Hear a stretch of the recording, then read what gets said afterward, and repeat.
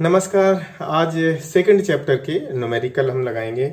तो ये एनसीईआरटी की बुक है और इस एनसीईआरटी की बुक से पहला न्यूमेरिकल 2.1 पहला न्यूमेरिकल है कि 5 × 10⁻8 कूलाम, 5 × 10⁻8 कूलाम तथा -3 × 10⁻8 कूलाम, ये Q2 मान लिया। ये एक दूसरे से 16 सेंटीमीटर की दूरी पर स्थित है, 16 सेंटीमीटर की दूरी पर स्थित है। दोनों आवेशों को मिलाने वाली रेखा के किस बिंदु पर वैद्युत विभव शून्य होगा, अनंत पर विभव शून्य मान लीजिएगा।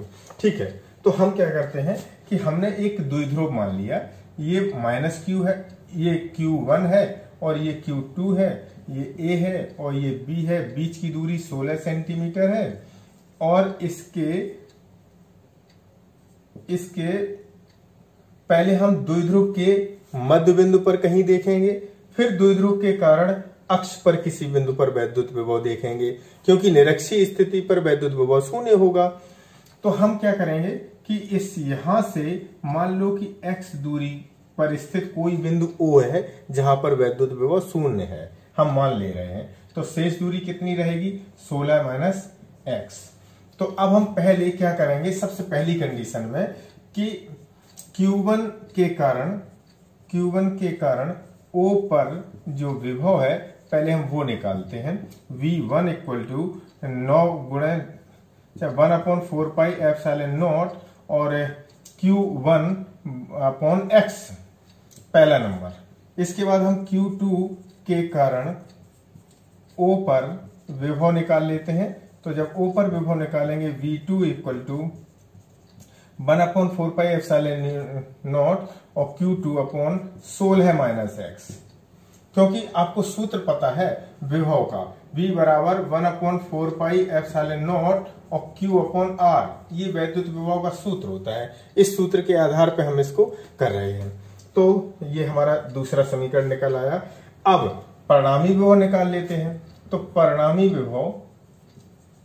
विभव V1 + V2 बराबर कितना है? शून्य होना चाहिए। तो हमने V1 की वैल्यू रखी 1/4πε0 और Q1/x और प्लस 1/4πε0 और Q2/16 - x बराबर 0।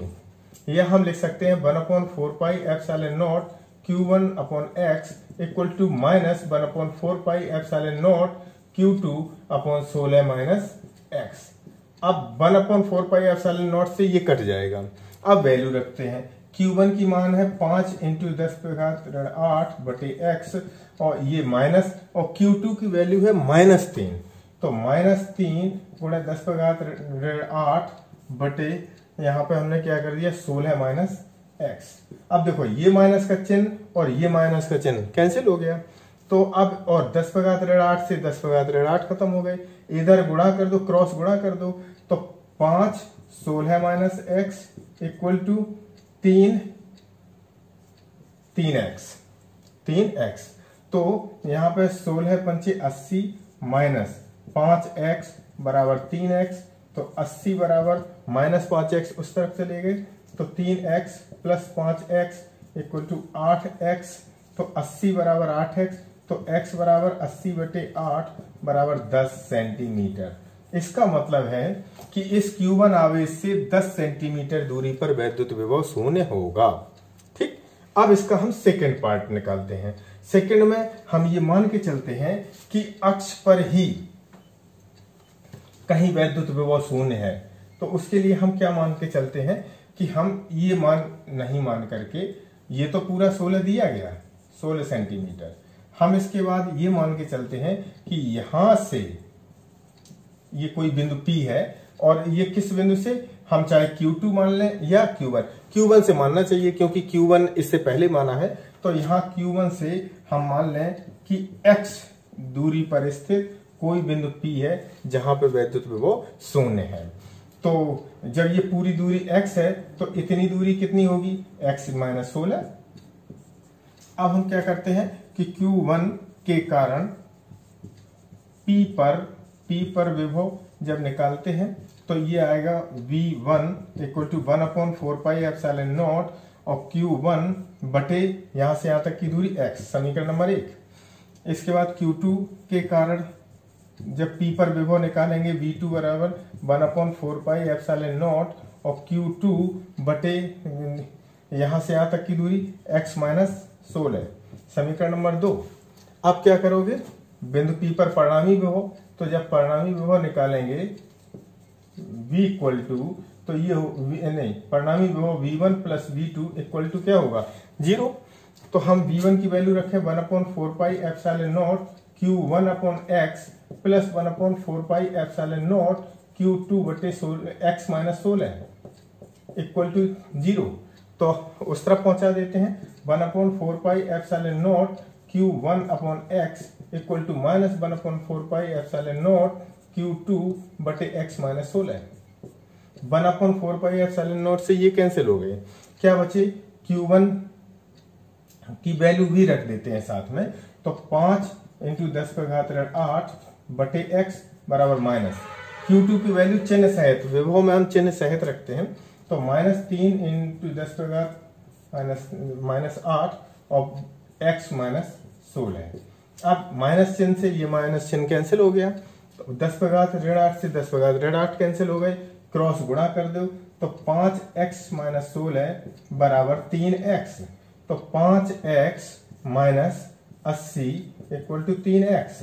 अब ये 3x इधर ले आओ, 80 उस तरफ पहुंचाओ, तो 5x minus 3x equal to 80, तो यहाँ 2x इक्वल टू 80, तो x बराबर 40 सेंटीमीटर।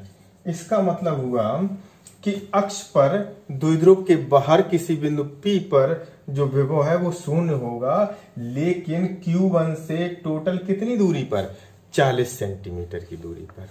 2.2 में दिया गया है कि 10 सेंटीमीटर भुजा वाले एक समषटभुज है, 10 सेंटीमीटर भुजा वाला, तो समषटभुज है, हमने एक ये भुजा मान ली, इधर कर दे ये और ये और ये, समषटभुज है। और इन्होंने ये कहा है कि 10 सेंटीमीटर भुजा है, भुजा दे रखी है 10 सेंटीमीटर, ठीक है, और 5 माइक्रोकूलम का आवेश रखा है प्रत्येक शीर्ष पर। इसका मतलब इस बिंदु पर, हर बिंदु पर 5 coulomb, Q1, Q2, Q3, Q4, Q5 और Q6। तो इसका मतलब Q1 equal to Q2 equal to Q3, Q4, Q5, Q6 equal to है 5 माइक्रोकूलम, या हम लिख सकते हैं 5 गुणे 10⁻6 कूलम, ठीक है। और इन्होंने कहा है कि केंद्र पर विभव पता करो, तो यहाँ पे हमें केंद्र पर विभव पता करना है। तो पहले एक सूत्र होता है कि षट्भुज के सभी कोणों का योग, सभी कोणों का योग क्या होता है, तो सूत्र है n-2 मल्टीप्लाइड बाई 180। तो n का मान कितना है, टोटल कोण कितने हैं 6, तो 6 ऋण 2 इंटू 180, तो ये हो गया 4 गुणा 180 बराबर 1872, 720 अंश हो गया सभी कोणों का। तो प्रत्येक कोण का, तो प्रत्येक कोण कितना होगा, प्रत्येक कोण होगा 720 बटे 6, 6 एकम 6, 120 अंश। इसका मतलब है ये सभी कोण कितने अंश के हैं, 120 अंश के। अब इन्होंने कहा है कि केंद्र से, तो केंद्र से जब यहाँ पे लंब डालेंगे, यहां से ये मिलाएंगे, तो केंद्र से जब मिलाएंगे तो इसका मतलब ये हुआ कि इस कोण का आधा ये कितना होगा 60 अंश, ये कोण कितना होगा 60 अंश, ठीक है। अब इस बिंदु पर देखो, इस बिंदु O पर टोटल कोण कितना होगा 360, अब 6 भागों में विभाजित हो तो ये कितना कोण होगा 60 अंश। तो इसका मतलब है ये त्रिभुज कैसा बन गया, समबाहु त्रिभुज।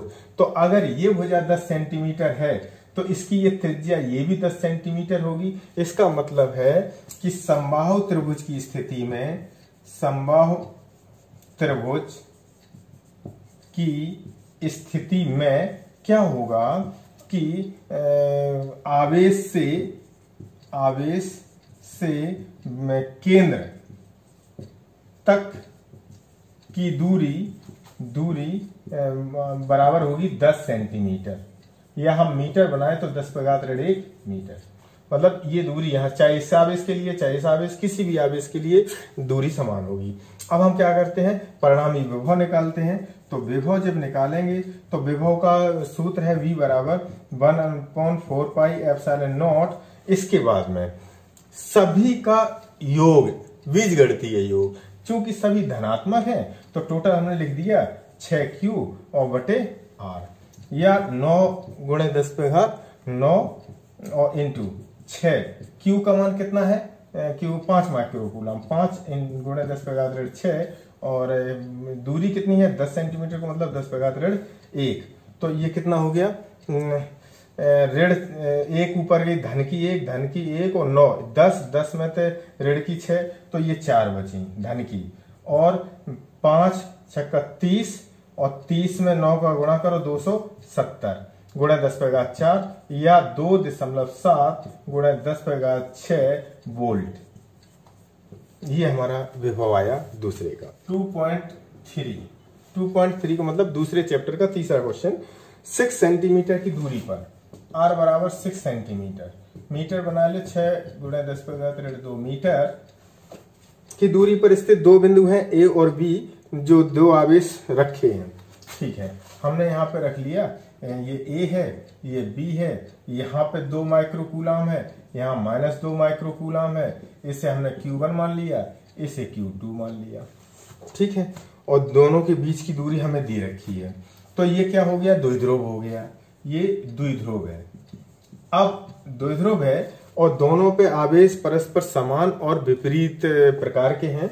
ऐसी स्थिति में द्विध्रुव, इसमें क्या पूछा गया? निकाय के समविभव पृष्ठ की पहचान कीजिए। तो समविभव पृष्ठ द्विध्रुव के कारण समविभव पृष्ठ ऐसा होगा जो दोनों से दूरी समान हो और आवेश तो समान है, तो ऐसी स्थिति में वही पृष्ठ समविभव पृष्ठ होगा। तो ऐसी स्थिति में कौन सा बिंदु मिलता है हमें? O बिंदु, मध्य बिंदु। और आप जानते हैं कि मध्य बिंदु पर विभव कितना होगा? 0 होगा। जब मध्य बिंदु पर विभव 0 होगा तो ऐसी स्थिति में जो हमारा द्विध्रुव होगा वो एक तरीके से इस रूप में होगा कि आप जैसे, ये मेरा जो पेन है, ये इस पेन को हम मान लेते हैं द्विध्रुव। ठीक है, यह मेरा समविभव पृष्ठ, जहां ये आवेश और यहां तक की दूरी जितनी है वही इस आवेश से यहां तक की दूरी है, दूरी दोनों समान है। तो ऐसी स्थिति में समविभव पृष्ठ जो होगा वो ठीक इसके मध्य में होगा। ये समविभव पृष्ठ हो गया। फिर इसमें कहा गया इस पृष्ठ के प्रत्येक बिंदु पर वैद्युत क्षेत्र की दिशा, तो वैद्युत बल रेखाएं सदैव धनावेश से चलकर ऋण आवेश पर समाप्त होती हैं, तो यहाँ पर ये वैद्युत क्षेत्र की दिशा हो गई। अगला न्यूमेरिकल हम लगाते हैं 2.4। 2.4 में क्या कहा गया है कि 12 सेंटीमीटर त्रिज्या वाले एक गोलीय चालक, तो R बराबर 12 सेंटीमीटर। ठीक है, 12 सेंटीमीटर त्रिज्या, 12 गुणे 10 पे घात 2 मीटर। ठीक है, एक पृष्ठ पर 1.6 Q बराबर 1.6 गुणे 10 पे घात 7 कूलम का आवेश समान रूप से वितरित है। तो नंबर 1, गोले के अंदर, जैसे ये गोला है और इस पर +Q आवेश दिया गया, तो +Q आवेश इस गोले के पृष्ठ पर समान रूप से वितरित हो जाएगा, और समान रूप से वितरित हो जाएगा। ऐसी स्थिति में गोले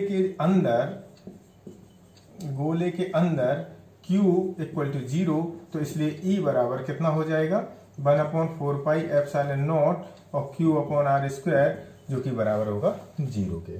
दूसरा है गोले के ठीक बाहर। गोले के ठीक बाहर का मतलब हुआ कि गोले के पृष्ठ पर, और गोले के पृष्ठ पर जब हम निकालेंगे तो E बराबर 1/4 पाई एप्सिलॉन नॉट और Q/R²। ये अगर हम मान लें R, तो 9 गुणे 10 पे घात 9, Q का मान हो गया 1.6 गुणे 10 पे घात 7, और बटे R का वर्ग हो गया 12 गुणे 10 पे घात 2 का वर्ग। तो ये हो गया 14.4 गुणे 10 पे घात 2 और 144 गुणे 10 पे घात 4। 4 ऊपर गए, धन के 4, और 14.4 में 144 को भाग दिए तो 0.1, और ये 4 धन के 4 10 पे घात 6, या हम इसी को लिख सकते हैं 10 पे घात 5 न्यूटन प्रति कूलम। ये हमारी वैद्युत क्षेत्र की तीव्रता आ गई गोले के ठीक बाहर। अब गोले के केंद्र से 18 सेंटीमीटर दूरी पर, इसका मतलब केंद्र से यहां कितने चले गए 18 सेंटीमीटर, r बराबर 18 सेंटीमीटर। जब इस बिंदु P पर हम निकालेंगे तो ये कहां पे है बिंदु, गोले के बाहर। तो तीसरा नंबर गोले के बाहर, तो गोले के जब बाहर निकालेंगे तो r बराबर 18 सेंटीमीटर, इसका मतलब हुआ 18 गुणे 10⁻2 मीटर।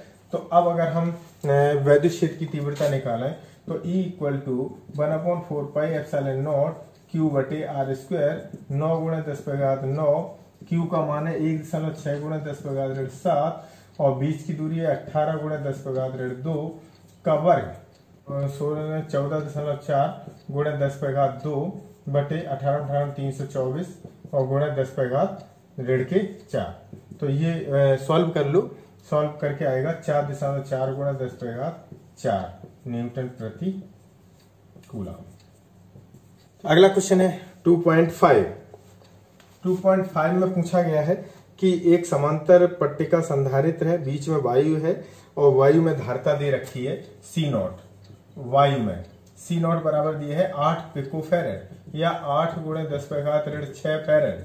अब इसमें कहा गया कि अगर पट्टिकाओं के बीच की दूरी आधी कर दी जाए और इनके बीच में 6 परावैद्युतांक के, तो माध्यम के लिए K बराबर 6 दिया है और दूरी जो दी है वो कितनी दे रखी है, D2 बराबर D/2 दे रखी है, बराबर ε0A बटे D। तो यहां पे हो गया माध्यम के लिए C बराबर ε0KA बटे D2। तो ये हो गया ε0KA बटे D/2।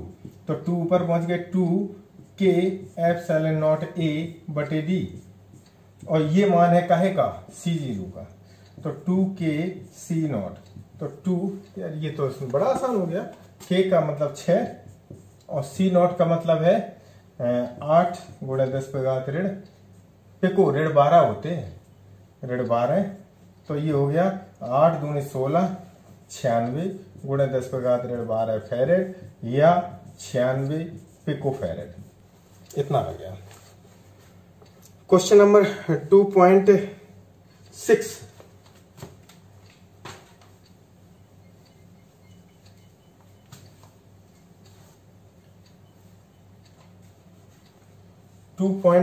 में 9 पिकोफैरेड धारिता वाले, 9 पिकोफैरेड धारिता वाले कितने संधारित्र हैं, तीन संधारित्रों को श्रेणी क्रम में जोड़ा गया है और इनको तो हम लिखते हैं C1 equal to C2 equal to C3 बराबर, और ये किस में जुड़े हैं, श्रेणी क्रम में, श्रेणी क्रम में जुड़े हैं। तो पहला पूछा गया है संयोजन की कुल धारिता। तो श्रेणी क्रम में कुल धारिता क्या होती है, सूत्र 1/C equal to 1/C1 plus 1/C2 plus 1/C3, यही तो होता है। अब यहाँ पे वैल्यू रख दो, तो 1/9 प्लस 1/9 प्लस 1/9, तो ये हो गया 3/9 या 1/3। तो 1/C इक्वल टू 1/3, तो C बराबर हो गया 3 पिकोफैरेड, पहला आंसर। फिर दूसरे में पूछा गया यदि संयोजन को 120 वोल्ट के संभरण मीन्स होता है बैटरी से जोड़ दिया जाए तो प्रत्येक संधारित्र का क्या विभवांतर होगा। तो ठीक है, V का मान कितना दिया है, V का मान दिया है 120 वोल्ट। तो पहले हम ये देखें श्रेणी क्रम है, और श्रेणी क्रम में क्या होता है कि विभवांतर अलग अलग होता है। तो उन्होंने कहा पूरा टोटल 120 वोल्ट है, लेकिन इनका प्रत्येक संधारित्र पर निकालना है। तो पहले हम Q निकाल लेते हैं कि प्रवाहित आवेश कितना है। तो Q बराबर C इंटू V, क्योंकि C बराबर Q बटे V होता है, तो Q बराबर C इंटू V। तो और C का मान निकला है 3, पिको का मतलब 10⁻12 और इंटू V का मतलब 120। तो ये हो गया 360 गुणे 10⁻12 या ये हो गया 36 गुणे 10⁻11 कूलम। इतना आवेश प्रवाहित हो रहा है। जब इतना आवेश प्रवाहित हो रहा है तो C1 के सिरों पर विभवांतर जितना होगा उतना ही C2 पे होगा, उतना ही C3 पे होगा, इसलिए क्योंकि सभी संधारित्र समान धारिता के हैं। तो ऐसी स्थिति में C1 के सिरों पर हम किसी एक पर निकाल लेते हैं। विभवांतर V1 बराबर Q बटे C1। तो Q का मान कितना है 36 गुणा 10 पे घात ऋण 11 और C1 का मान कितना है C1 चाहे कितना हो 9 गुणा 10 पे घात ऋण 12। तो 9 चौको 36 तो 4 गुणा ऋण 12 ऊपर गए धन के 12 तो ऋण के 11 गुणा 10 पे घात 1 या 40 वोल्ट। यही 40 वोल्ट C1 पे होगा तो C2 पे बराबर C3 पे बराबर कितना होगा 40 वोल्ट बराबर C1 बराबर 40 वोल्ट। प्रत्येक के सिरों पर 40 वोल्ट होगा। क्वेश्चन नंबर 2.7 है कि 2 पिकोफैरेड 3 पिकोफैरेड 4 पिकोफैरेड धारिता वाले 3 संधारित्र पार्श्वक्रम मीन्स समांतर क्रम में जुड़े हैं। तो संयोजन की कुल धारिता पता करो। C1 बराबर 2 पिकोफैरेड, C2 बराबर 3 पिकोफैरेड और C3 बराबर 4 पिकोफैरेड। तो नंबर 1 संयोजन और किस क्रम में जुड़े पार्श्व क्रम कहें या समांतर क्रम कहें एक ही बात है। तो समांतर क्रम तो टोटल धारिता हम निकाल लें C equal to C1 plus C2 plus C3। समांतर क्रम का यही सूत्र है। और C1 की वैल्यू 2 धन 3 धन 4 तो 4 3 7 2 9 पिकोफैरेड या हम लिख सकते 9 गुणा 10 पे घात ऋण 12 फैरेड। चाहे कोई सा कर ले आप।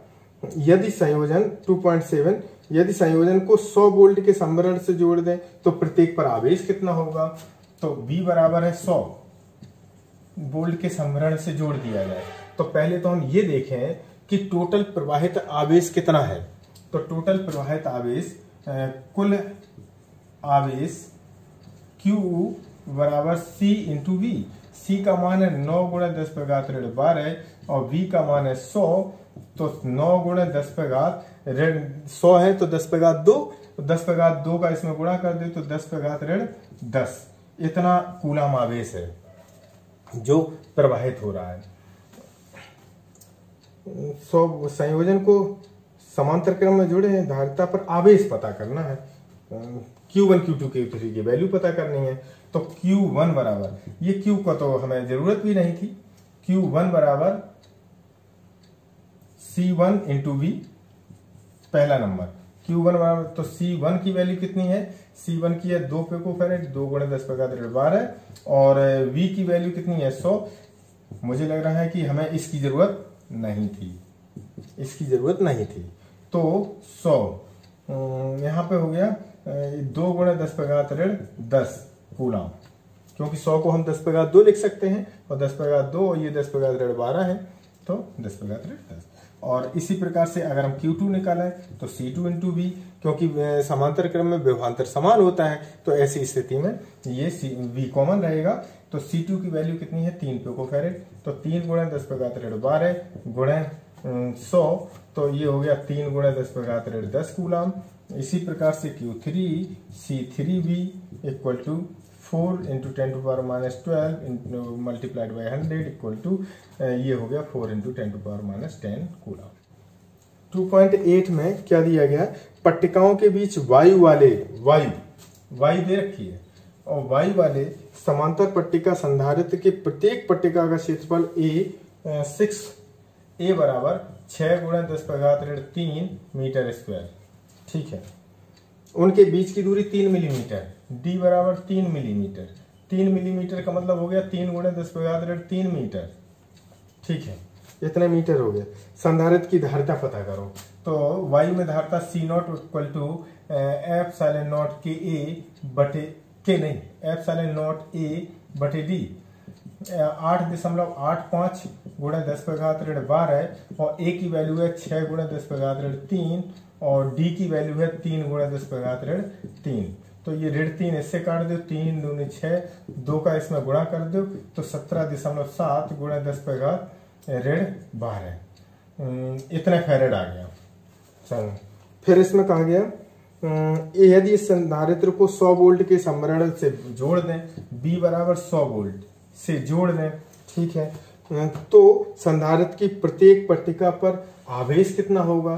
तो आवेश तो दोनों पे समान होगा, बस विपरीत प्रकार का होगा, एक पे पॉजिटिव और एक पे माइनस। तो हम आवेश पता कर लेते हैं। तो Q बराबर C इंटू वी। C की वैल्यू है 17.7 गुणे 10 पे घात ऋण 12, V की 100, तो 17.7 गुणा ये हो गया 10 पे घात ऋण 10, क्योंकि ये दो बिंदी हैं, दो घातें कम हो जाएंगी, तो ऋण 10 कूलम। 2.9 में ये कहा है कि अभ्यास 2.8 में दिए गए संधारित्र की पट्टिकाओं के बीच 3 मिलीमीटर मोटी अभ्रक की एक शीट रख दी जाती है। ठीक है, तो पहले 2.8 पे चलते हैं कि एक की वैल्यू हमें पता है 6 गुणा 10 पे घात ऋण 3 मीटर स्क्वायर, और प्लेटों के बीच की दूरी भी हमें पता है 3 मिलीमीटर, 3 गुणा 10 पे घात ऋण 3 मीटर, और हमें 100 वोल्ट भी दिया है। ये इतना हमें 2.8 में दिया गया है, क्योंकि इन्होंने 2.8 के आधार पे ही आगे बोला है कि इतना दिया गया है। 3 मिलीमीटर के इक्वल टू 6 रख दी जाती है, के का मान 6 दिया गया है। Q बराबर C इंटू वी, और C इक्वल टू F0 के A बटे D और इंटू V। तो यहाँ पे कितना हो गया? F0 का 8.85 गुणा 10 पे घात ऋण 12, और K की वैल्यू है 6, और A की वैल्यू है 6 इंटू 10⁻³ बटे D की वैल्यू कितनी है? 3 गुणा 10 पे घात ऋण 3, और इंटू V का मान है 100। ऋण 3 3 दूनी 6, तो 6 पंचे 30, 3 6 अट्ठे 48, 3 51, 5 6 अट्ठे 48, और 5 53, और क्या अंक बाद दशमलव लगेगा? 2 अंक बाद, और 10 पे घात यहाँ पे, हाँ, और उसका 2 गुना और करना होगा, और 100 का इसमें कर दिए 10 पे घात ऋण 10, तो 2 एकम 2 6 2 पंचे 10, और गुणा 10 पे घात ऋण 10, या 1.06 गुणे 10 पे घात ऋण 8, इतने कूलम होगा आवेश। आवेश तो जब बैटरी से जुड़ा रहेगा, जब बैटरी चार्ज हो रही है तो उसमें क्या हो रहा है? लगातार चार्ज जा रहा है, आवेश इतना हो गया। अब दूसरा नंबर पूछा गया, बैटरी को हटा लिया जाएगा। तो बैटरी को जब भी हम हटाते हैं तो क्या होता है कि उसका आवेश पे कोई परिवर्तन नहीं होता है। आवेश जो कैपेसिटर में कैपेसिटर में जितना है वो उतना ही रहेगा। क्या चेंज होगा? धारिता वो भी बनी रहेगी उतनी, लेकिन कुछ ना कुछ पोटेंशियल डिफरेंस जरूर रहेगा। तो V इक्वल टू V बराबर Q अपॉन C, तो Q equal to C0 V0, और C बराबर C0 K, C0 कट गए, V0 बटे K। V0 की वैल्यू कितनी है? V0 की वैल्यू है, मुझे पता है, प्रारंभ में वोल्टेज कितना है? 100, और K का मान कितना है? 6, तो ये हो गया 16.6 वोल्ट। इतना पोटेंशियल डिफरेंस फिर भी बना रहेगा। 2.10 में है 12 पिकोफैरेड का एक संधारित्र, C बराबर 12 पिकोफैरेड, इसका मतलब 12 गुणा 10 पे घात ऋण 12 फैरेड। ठीक है, 50 वोल्ट की बैटरी से V इक्वल टू 50 वोल्ट की बैटरी से जुड़ा है। संधारित्र में कितनी वैद्युत स्थिर ऊर्जा संचित होगी? U बराबर ज्ञात करना है। तो U बराबर 1/2 CV² आपने फॉर्मूला पढ़ा है, तो यहाँ पे हो जाएगा 1/2। C की वैल्यू है 12 गुणा 10 पे घात ऋण 12, और V की वैल्यू है 50 का वर्ग, तो ये हो गया 6 गुणा 10 पे घात ऋण 12 गुणा 2500, तो 25 6 का 150, और 1 2 गुणा 10 पे घात ऋण 12, तो यहाँ पे हम लिख सकते हैं 1.5 गुणा 1 2 3 4 कम कर दो तो 10 पे घात ऋण 8, इतने जूल हो गए। 2.11 क्वेश्चन है कि 200 वोल्ट समरण से 200 वोल्ट V बराबर 200 वोल्ट समरण से बैटरी से 600 पिकोफैरेड के संधारित्र को 600 पिकोफैरेड या 600 गुणे 10 पे घात ऋण 12, या हम लिख सकते 6 गुणे 10 पे घात ऋण 10 फैरेड के संधारित्र है। ठीक है, आवेशित किया जाता है। ठीक है, आवेशित किया जा रहा है, तो पहले हम ये देख लें कि कितना आवेश इस पर उत्पन्न हुआ। तो Q बराबर C इंटू बी। C का मान है 6 गुणा 10 पर घात ऋण 10 और B का मान है 200, तो 1200 गुणा 10 पर घात ऋण 10 या 12 गुणा 10 पर घात ऋण 8 कूलम। इतना आवेश हो गया जब वो चार्ज हो रहा है। अब इन्होंने कहा कि अब उसको हटा देते हैं, तो हटाने पे क्या हुआ, हटा दिया हमने तो चार्ज जो है वो तो उतना ही रहेगा। इस पे 600 पिको फेरेड वाले धनावेश से संधारित्र, आगे है कि 600 पिको फेरेड वाले, तो इसका मतलब ये C1 है, ये B1 है, ये Q1 है। अब इन्होंने क्या किया, C2 बराबर 600 पिको फेरेड। 600 पिको फेरेड का मतलब कितना हुआ, 600 गुणा 10 पर घात ऋण 12 बराबर 6 गुणा 10 पर घात ऋण 10 फेरेड। इतने पिको फेरेड का है और संधारित्र से जोड़ देते हैं। तो जोड़ने पे क्या होगा, तो पहले हम देखते हैं कुल धारिता कितनी हो जाती है। कुल धारिता पहले एक काम यहाँ पे और करते हैं कि Q1 तो निकाल लिया, हमें ऊर्जा और पता करनी है। ऊर्जा U1 बराबर 1/2, चाहे तो हम 1/2 CV स्क्वायर सूत्र लगा दें, चाहे 1/2 Q स्क्वायर बटे C लगा दें, चाहे कौन सा सूत्र लगा दो, CV स्क्वायर। तो 1/2 C1 का मतलब हो गया 6 गुणा 10 पर घात ऋण 10 और V1 का मान हो गया 200 का वर्ग। तो 2 3 6 3 गुणा 10 पर घात ऋण 10 गुणा 200 का वर्ग 1 2 3 4, यानी तो 4 तिया 12 गुणा 1 2 3 4 इसमें कम कर दो तो 10 पर घात ऋण 6 जूल। इतनी। अब जब इनको C2 से जोड़ दिया गया तो कुल धारिता कितनी हो गई, कुल धारिता C बराबर हो गई C1 प्लस C2, जो कि कितनी है 6 गुणा 10 पर घात ऋण 10 प्लस 6 गुणा 10 पर घात ऋण 10, तो ये होगी 12 गुणा 10 पर घात ऋण 10। इतनी फेरेड हो गई। कुल आवेश कितना हो गया, कुल आवेश कितना हो गया, कुल आवेश Q बराबर हो गया Q1 प्लस Q2। Q1 तो हमें पता है 12 गुणा 10 पर घात ऋण 8, लेकिन Q2 0। क्यों 0? क्योंकि इसमें लिख दिया है कि एक अनावेशित संधारित्र है, तो इसलिए ये हो गया 12 गुणा 10 पर घात ऋण 8। अब हमें क्या निकालना है कि इन्होंने कहा है जोड़ देते हैं। इस प्रक्रिया में ऊर्जा ह्रास कितना हुआ, तो हम क्या करते हैं यहाँ पे पहले वो देख लेते हैं कि ऊर्जा ह्रास, तो कुल विभव निकाल लें। कुल विभव V बराबर है कुल आवेश और बटे कुल धारिता, और Q का मान है 12 गुणा 10 पर घात ऋण 8 और बटे C का मान है 12 गुणा 10 पर घात ऋण 10। तो ये तो कट गए और ऋण 10 ऊपर पहुंच गए, धन के 10, धन के 10 में ऋण के 8 चले गए तो धन के 2, तो ये आ गया 100 वोल्ट। वोल्ट हमें पता है, तो ऊर्जा U2 बराबर 1/2 CV square C total C 1/2, C का मान कितना है 12 गुणा 10 पर घात ऋण 10 और V का मान कितना है 100 का वर्ग, तो ये आ गया U2 बराबर 6 गुणा 10 पर घात ऋण 6 जूल। अब ऊर्जा ह्रास निकाल लें। ऊर्जा ह्रास डेल्टा U बराबर U1 माइनस U2 12 गुणा 10 पर घात ऋण 6 माइनस 6 गुणा 10 पर घात ऋण 6, 10 पर घात ऋण 6 कॉमन ले लो तो 12 में 6 की 6 गुणा 10 पर घात ऋण 6 जूल।